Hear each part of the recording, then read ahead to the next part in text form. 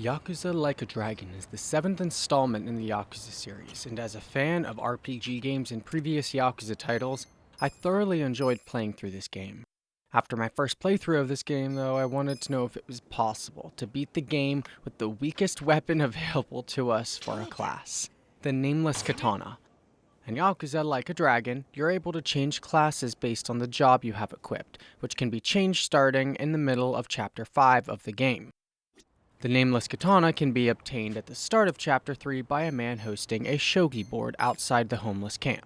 The first time you beat the puzzle challenge, you obtain 500 shogi points that can be used to obtain the Nameless Katana, a 21 base power weapon almost half as weak as the hero bat you obtain at the beginning of Chapter 3.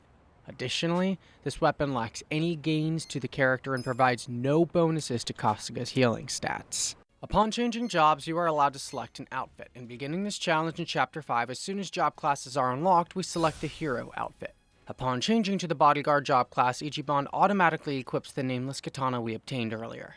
Before we get into the content of my attempt at this challenge run, I should go over the rules. 1. Only Ichiban is allowed to act in battle. Other party members are allowed to use items to act, but no battle items may be used by any character, including Ichiban. When a character is not using an item, they may spend their turn guarding. This only applies to main story battles. Random encounters may make the use of Ichiban's party to take out enemies, since the time grinding against low-level enemies would ultimately equivalent to the same experience in cash. This is purely done to save time grinding. Number 2. All healing skills will be locked during and after battle, except during grinding, as simply finding a place to eat would restore the HP and MP of all characters anyway. Allies may be revived using first aid packages, but may not use any of the skill commands during battle. And pound mates may not be used by Ichiban, even to cure status ailments or buff the party. 4. Bond ranks may not be upgraded at any time. This is done to prevent the likeliness of follow-up attacks in the case of Ichiban attacking normally. Number 5. Characters are allowed to equip equipment to their loadout, otherwise this run would not be possible to attempt. Since many bosses in this game are resistant to bladed weapons, and Ichiban has the weakest bladed weapon available to him for the entire run, restricting characters further would result in an impossible challenge run, since equipment available to us at middle game boss fights and late game blade resistant bosses would ultimately result in us running out of healing items. To avoid this, all characters may equip defensive items so the run may be attempted. Number 6. No characters may change job classes at any time or modify their starting weapons.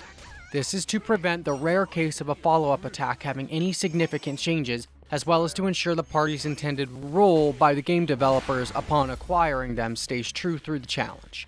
Additionally, no character may equip any accessory that boosts their attack except Ichiban. Since Ichiban is the only character who immediately results in a game over when KO'd, increasing dexterity is permissible across all party members, though this will only be allowed if repeated attempts fail to work. With the rules out of the way, let's begin the challenge run. I start off by grinding a bit since my stats have been reduced by nearly half by changing job classes. And I'll need Ichiban's job class level to be higher if I'm to have any strong skills for the upcoming boss fight. Kuma's no trouble in the initial fight, but I realized quickly as I almost run out of healing items that I'm going to need more than 10 items going forwards, and that is troubling. In Yakuza Like a Dragon, your inventory capacity is limited to 10 of each item, meaning we would need the funds to purchase the most expensive items in the game, in addition to constantly restocking on toughness lights and other foods throughout the game. Luckily, there is an NPC in the far northeast section of the map in the Chinatown Plaza who sells roasted chestnuts for 1/3 the price of toughness lights, and each one restores an ally's HP by 200. Additionally, Ichiban can carry up to 50 of these roasted chestnuts. After acquiring 50 chestnuts, I proceed through the next fight, and wow is it difficult to sustain through. I can say with certainty if I didn't have the roasted chestnuts, I'd have not survived this fight. The amount of damage I was taking across the board with low defense stats was kind of insane. With Ichiban's attacks only dealing an average of 38 to 66 damage each turn, I had to spend over 10 minutes just fighting the extras. But facing the actual boss himself was easy, since he doesn't deal much damage. I had to use 11 roasted chestnuts during this fight just to keep Ichiban and friends alive though. So with 39 remaining, I opt to continue the main story. In Shortly after I do, I encounter the second boss of the game. When I do, I am wholly unprepared for what awaits me. This boss has a lot of HP, defense, and the worst part of all is our first blade-resistant enemy. That's right, blade-resistant. As a matter of fact, most bosses in this game are resistant to bladed weapons. This early game scenario you are watching now is only a foreshadow of fights to come. I got enough game over screens on this run that I begin to realize the game developers never intended for this game to be beat solely with bladed weapons. Its power swing was not terribly frightening, and honestly, I thought I was just over-leveled, so I began to get overconfident, thinking there was nothing else it could do to wipe out my party. No way I'll lose here, I thought to myself. That was until the boss used Earthquake and wiped out half of Ichiban's HP in one shot. You might think, Eric, why don't you just heal? I mean, you did buy 50 chestnuts just for this, right? The answer to your question is yes, I did buy them just for this occasion. The issue I was having, though, was that this boss has ridiculous speed. He used Earthquake not once, but twice in a row. This wiped Ichiban out instantly. On my second attempt, I take a more standoffish approach and wait for the enemy's turns to end while taking my time guarding with my team. Having to use someone to heal every other round leaves the entire party vulnerable and requires more precise timing of when I choose to attack with Ichiban, since he's the one whose health matters the most. Thinking it would help, I tried using Tag Team Essence of Mayhem, but I come to find out it only deals 30 more damage than Haywire Havoc. This turns out to be true throughout the rest of this run, meaning our only high damaging skill for a long while is an attack that misses 30% of the time. Not an ideal place to be in. With some evasion and good planning, the fight ends with a Thoughtless Skewer, our other low to high damaging move that also misses about 20% of the time. This fight took the team being level 18 to succeed against, where normal runs would require us to be about 3 levels lower and our job classes at least 1 level lower. This is not a good sign, since the second boss of the game is also one of the easiest, and we had to be level 18 to attempt it. This didn't compare to the next boss, Jungihan. Wow, this boss made me consume 38 chestnuts and 5 fin shark buns. The absurd amount of inventory I went through for this fight was ridiculous. Like, this wasn't even a question of can or can't. This fight was literally a test of luck and endurance. I had to learn to time my guards perfectly or else I would lose instantly to a mass of critical hits from John. Additionally, I was forced to hope that my party members would evade John's attacks. For this fight, I had to hope for good RNG, that he wouldn't use Divine Shot repeatedly. To make matters worse, he's blade resistant. After several turns and multiple healing items consumed, I only managed to reduce his HP by about 15%. And when I say Ichiban is whittling down his health slowly, I mean really slowly. Like, this fight took about 20 minutes to finish, and that was only because of good RNG. After a while, my plan was to just use Mango Pudding to recover Ichiban's MP to the bare minimum, so I could continuously use Thoughtless Skewer for maximum damage, which reduced the time in combat by about 200%. The only reason I've been able to do this though was because for the entire duration of the fight, beyond turn 10, John did not even use his guns in this fight. Towards the end of the fight though, my luck starts to run out as John decides to use Divine Shot each round instead of attacking a single target, putting Sayaka in critical condition each round and forcing me to play safer, thus prolonging the fight. With enough shark buns in my inventories to sustain me for another few rounds, I aim to keep the party alive, and thankfully John stops firing to close in on a single target again, allowing Ichiban to attack to finish him off. I didn't show it, but in this fight too, with dexterity gloves equipped, my party did manage to evade a few of John's attacks, which is why I was able to stay on the offensive so long. And even in this fight, I came close to losing more than once. My perfect guards and luck reducing damage are what kept me alive throughout this fight and allowed me to finish John off before Ichiban was KO'd from poison. I didn't even level up from beating John, which was the worst part. My party was so over-leveled already, I didn't even rank up a job class from beating him. And despite that, I still went through over half of my inventory in this fight. The bosses only get tougher from here too. This is bad. This is very bad. Mobuchi is the next boss, and is honestly a cakewalk since Ichiban is blade resistant and Mobuchi is weak to bladed weapons.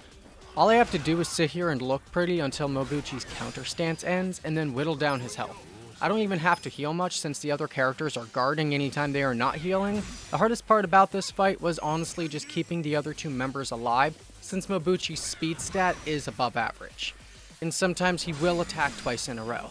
Haywire Havoc does the most damage, so I opt to use that every chance I get until my MP is low enough to use Thoughtless Skewer. Even with his Crimson stance activated, he still doesn't deal enough damage to Ichiban to really need to play safe. With Guardian Water activated, this makes the fight even easier. And while Mobuchi was dealing a lot of damage to the other two characters, it wasn't enough to one-shot them without 2 consecutive attacks. So in the end, all it took was 1 revival item to recover. Rather than show you all the clips of this battle, it made more sense to jump to the one I actually had trouble with. The next fight challenged me enough to make me realize the struggles with this challenge run and almost brought it to an end. I could not stand this fight. Another Wrecking Ball, but this time his speed is way too buffed. His defense absurdly... let me just show you. This monster gets to attack twice in a row before Ichiban gets to again, and by that time, I'm so beat down, all I can do is heal. If I can even do that, this boss stuns characters too. With a full guard on the entire team, he can still nearly one-shot Adachi and Sayako. So when I use a turn to heal up, oh yeah, you saw that right, 294 damage to Adachi at almost full health, instantly KOing him and dealing just under half of Ichiban's maximum HP to boot, all in one attack. Trying to find time to heal in this fight was incredibly tough. I started this fight at around 21 chestnuts, and by the time I attacked 3 times with Ichiban, I had healed using several items including a Tariner to recover MP. About 9 turns later, I'm down to 5 chestnuts and this boss's HP has only dropped about 20%. I'm in trouble.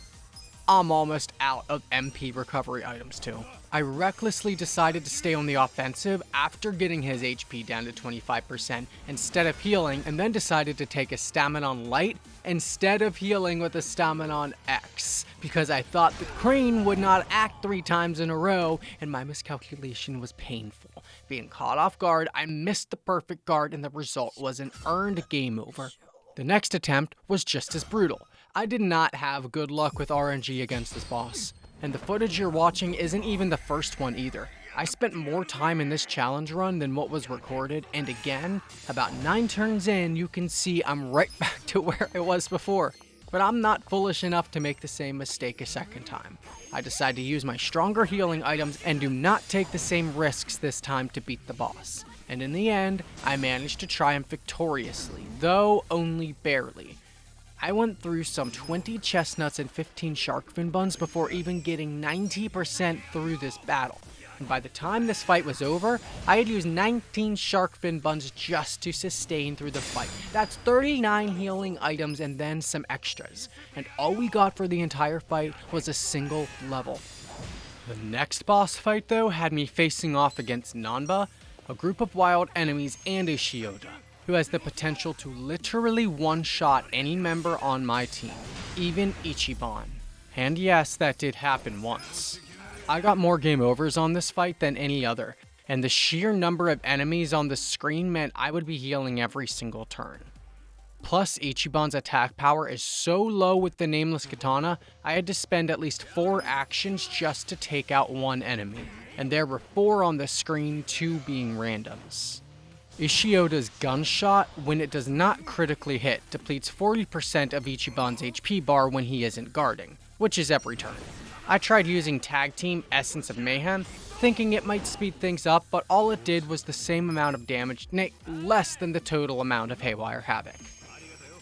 I was still unable to take out one of the randoms with less than 4 strikes if I got lucky.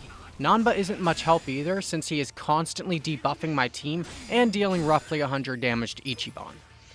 Combo this with Ishioda's gunshot for 300 damage if he doesn't critically hit a lot. As if this wasn't bad enough, Nanba has one other trick up his sleeve he likes to use a fair percentage of the time, Healing Bolus, which heals a target more HP than Ichiban can deal, adding a total of 2 additional turns to the fight each time he uses it. Ishioda's gunshot is also his most commonly used attack when I face him. Every other turn, it seemed like he was using it, and with one character down, I just could not spare the time to revive a party member while I was still facing 3 people on the screen at once. Healing my remaining party members was my only option. Mind you, I only had 20 shark fin buns left at this point. You would think by the time I finally got the enemy's health low enough that the fight would be over, right? But you would be wrong. When you defeat one of the randoms and leave the other alive for too long, he calls in reinforcements. Another random spawned, and I only had 16 shark fin buns left. I had to face the reality at this point that I was unable to win this round. I needed Ishioda to not use gunshot or else miss, and I need the randoms to target Ichiban while I heal him.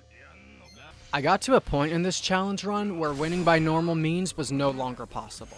I had to hope for the best possible scenarios. When this fight started, I only had 28 shark fin buns to work with as it was. Yeah, this fight had me losing my mind. This challenge suddenly spiked in difficulty out of nowhere, and I was unable to leave and grind. The only way to win this fight at this point was to equip dexterity gloves and hope my team could dodge enough attacks to outlast the onslaught of damage. I mean, just look at this. Even with perfect guards, I still almost lost half of my HP to a single attack from Ishioda. On the second attempt, things go about just as well. Right after healing, Sayako gets instantly KO'd.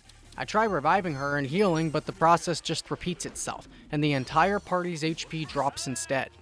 Additionally, Ishioda's speed stat allows him to move twice in a row, KOing Sayaka for the 3rd time. Trying to minimize risks, I opt to take out one of the randoms but fail since tag team does not do enough damage.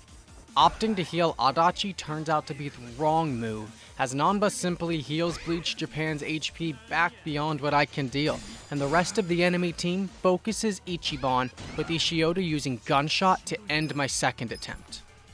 This fight just seemed impossible, no matter how I looked at it. And the more time I faced off against them, the more I realized there was no way out of this.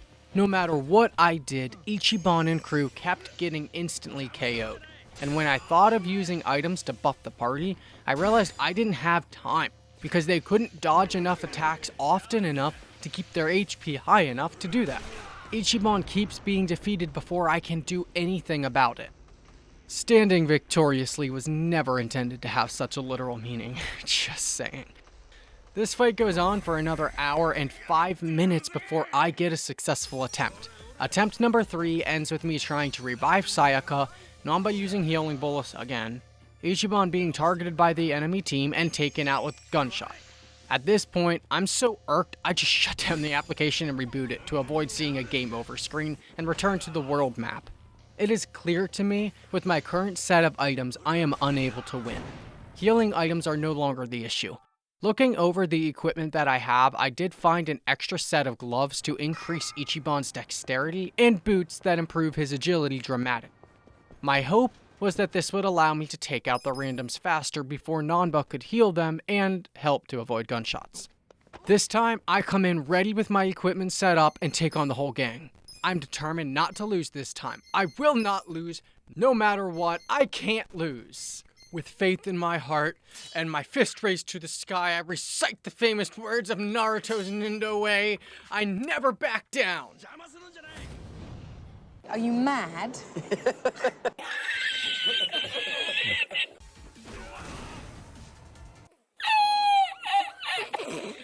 I'm losing my mind! This fight is impossible. If you thought the next attempt went much better, you would be wrong. Everyone except Ichiban was targeted this time and KO'd first. And then Ichiban was targeted by everyone back to back. I was hoping for a miss, but all I got was a handful of lead. And again, and again, and again. And I kept getting back up again and again and again, as many times as it took to get good RNG for this challenge run, until finally, at long last, I saw hope. Thoughtless Skewer. Using Tag Team to reduce my MP low enough to deal additional damage with Thoughtless Skewer allowed me to take out the randoms in 4 attacks on a regular basis as long as they were not healed. And with some good RNG, I managed to avoid some of Ishioda's attacks. Since I had the extra HP to spare, I used Poseidon Power Potions to increase Ichiban's attack even further. Despite Ichiban being low on HP, the rest of the party remained at full with successful evasions. Despite a healing bolus from Namba, my attack being boosted with Poseidon Power gave me just enough strength to take one of them out. This being possible since Sayaka was dodging multiple attacks this time. And it wasn't just Sayaka. Even with his low evasion stats, Adachi was able to dodge Ishioda's gunshot too. This was all thanks to some quickness lemon drinks I bought, which boost the target's evasion for a few rounds. As you can see in the clip I'm showing you now, the odds were really in my favor this time. And with much patience, I was able to take out the first target of Bleach Japan. When Sayaka did get hit by gunshot, she survived with only 3 HP, which was a range. A range is when the stats do not determine the final outcome of a number, meaning the total could have been rolled either way, either higher or lower. The fact that she survived with exactly 3 HP on a range is insane, since she wasn't guarding at all. With 240 damage from Haywire Havoc, I managed to defeat the last random, leaving only Nanba and Ishioda. Problem now was that I was running out of support items. Thankfully, at full HP, Adachi is able to survive even a full-scale gunshot. Haywire Havoc misses and Adachi is targeted by gunshot again, but is able to dodge them this time. Now that there are only 2 enemies left, I use Sayako for the remaining support items and Adachi to use healing items. Or what's left of them anyway. Namba's HP is about 1,200, so it will take 6 attacks to finish him off from Ichiban, assuming he doesn't heal once. And that's if I'm lucky with critical hits. Thankfully, Ishioda stops using gunshot to attack normally for a bit, and Ichiban's work gloves work their magic at just the right time, allowing him to evade Namba. Since I'm out of evasion items, I opt to use defense increasing items to try to survive long enough instead. And it's a good thing I did, because Adachi survived a range with 1 HP as a result. The same was true for Sayako, as they both got hit by gunshot back to back. And of all things, Namba used a debuffing skill on Sayako instead of a damaging one, allowing me to survive another round. Unfortunately, luck ran out as my evasion boosting items fell. But with another turn remaining, I chose to take a risk and stay on the offensive. It seems I made the right choice, since a Staminon X replenishes Ichiban's MP right on time. Namba opts for healing bolus while Ishioda targets Ichiban again. Back at full HP, and another range leaves Sayako alive, and Namba repeats the process of not dealing damage again. And wouldn't you believe it, luck was really on my side this attempt. Sayako, without any evasion items, dodges yet another gunshot. My revival items run critically low as Sayako gets knocked out by gunshot, and with only 3 first aid kits left, I use one of them to bring her back to life. By luck, Ishioda stops using gunshot and gives me time to fight back, Namba now being below half health. And with healing supplies running dangerously low, I start to become concerned for my ability to sustain through the rest of this fight. Refusing to take the long way out, I have little choice but to keep using Haywire Havoc, despite its 30% chance to miss. I have to hope I keep hitting Namba before he can heal again, and before I'm not able to. Except I miss. But Ishioda attacks normally twice. Hey, I'll take it. But I miss with Haywire Havoc again. I can only hope for another turn without gunshot.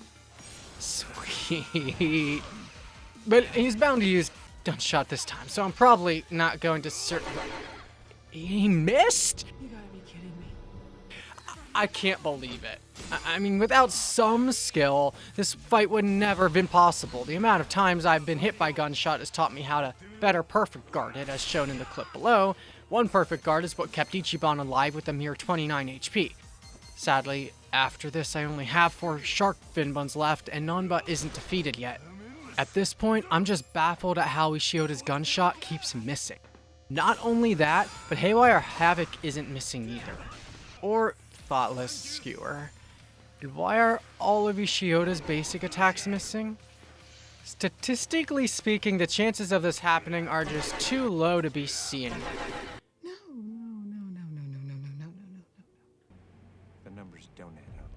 And the more I ponder it, the more I realize this is sometimes what challenge runs are all about.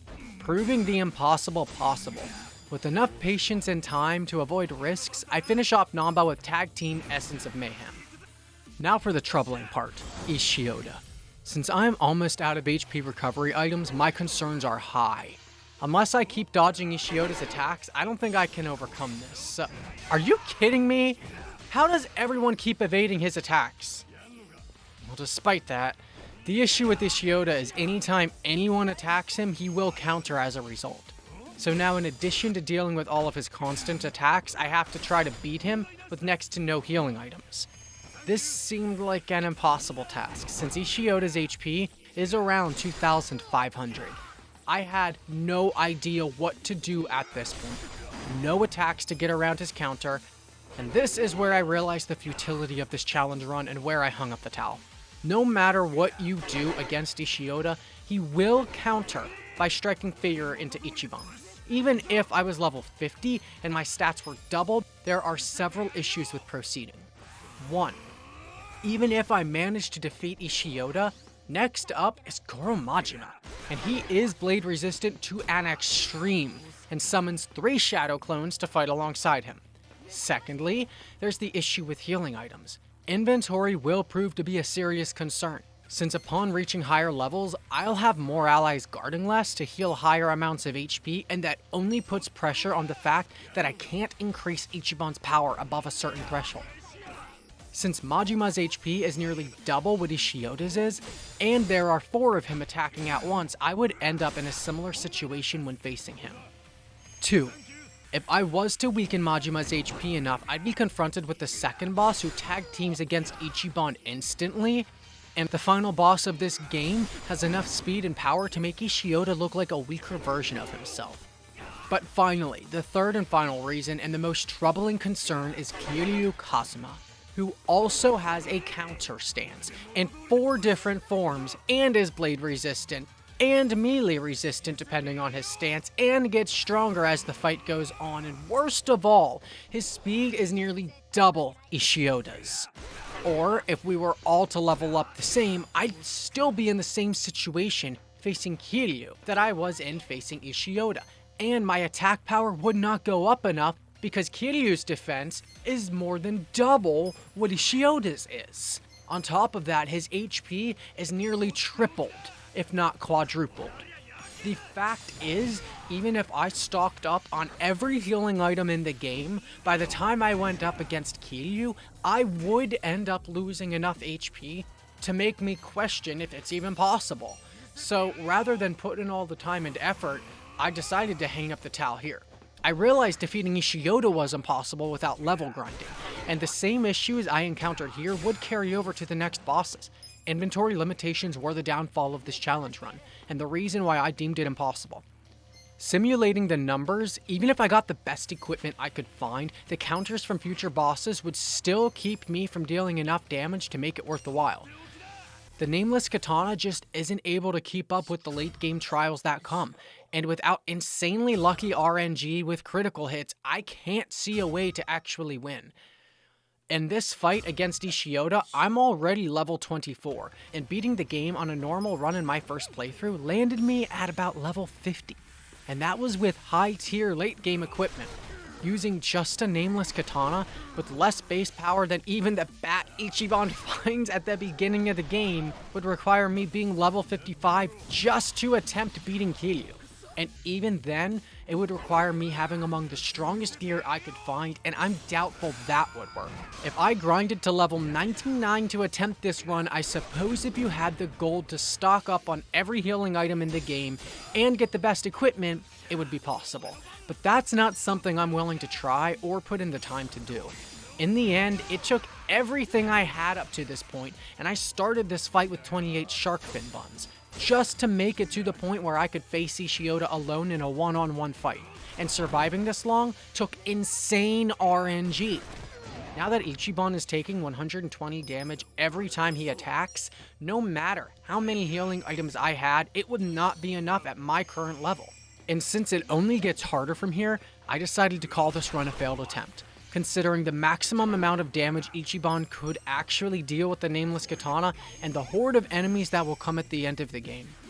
But hey, thanks for watching everyone. I hope you enjoyed. I did put in a lot of hours into this, so I hope it was worth it for the entertainment. Please like and subscribe and leave a comment to help the channel grow.